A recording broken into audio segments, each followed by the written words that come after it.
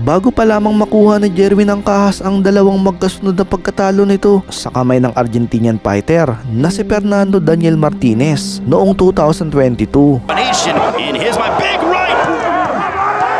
Ay nauna munang dinurog ni Angkahas ang tinaguriang The Titan ng Mexico na si Jonathan Rodriguez. Hindi basta-bastang fighter si Rodriguez mga brad, sapagkat sa mga huling 6 na laban nito ay puro knockout ang pagkapanalo nito, at ang huling laban nito kontra sa kapwa nito Mexican na si Julian Yedras ay round 1 lamang ang tinagal sa laban. Ang ibig sabihin lang nito mga brad ay nasa magandang kondisyon nito at maaaring may kalagyan dito ang Pinoy katulad ng mga huling 6 na laban nito. Ito ay may impresibong record na 21 wins, 15 via knockouts at 1 loss. Samantalang ang ating pambato naman na si Jerwin Angkahas ay mayroong record na 32 wins, 21 via knockout at 1 loss.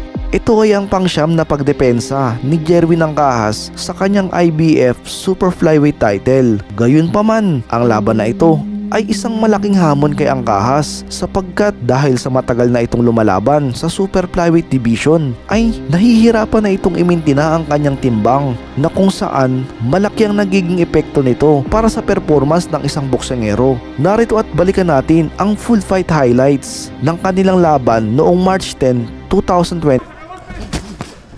Exciting and explosive, and man, I love watching this. Is pressuring him, but he is hesitant.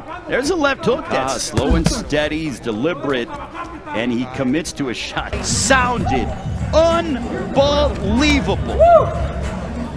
Yun din sa kanilang rematch. Marahil ay talagang nahihirapan na si Angkahas na imintina ang timbang para sa Super Flyweight Division. Kaya naman, sa unang laban nito sa Bantamweight Division ay muling pinamalas nito ang kanyang bagsik nang talunin nito si Wilner Soto sa loob lamang ng round 5. February 24, 2024 ay nakatakda namang harapin ni Angkahas ang nakababatang kapatid ng The Monster ng Japan na si Takuma Inoue. Ito ay para sa isang WBA World Bantamweight title. Magagawa kayang maagaw ng Pinoy ang titulo at maging 2 times World Division Champion? Ano sa tingin mo kabayan? I-comment mo na ang iyong opinion dyan sa baba. Kung nabitin ka naman sa ating video ay inaanyayahan kitang mag-subscribe at pindutin ang bell button para updated ka sa mga kalidad na boxing topic. Maraming salamat po.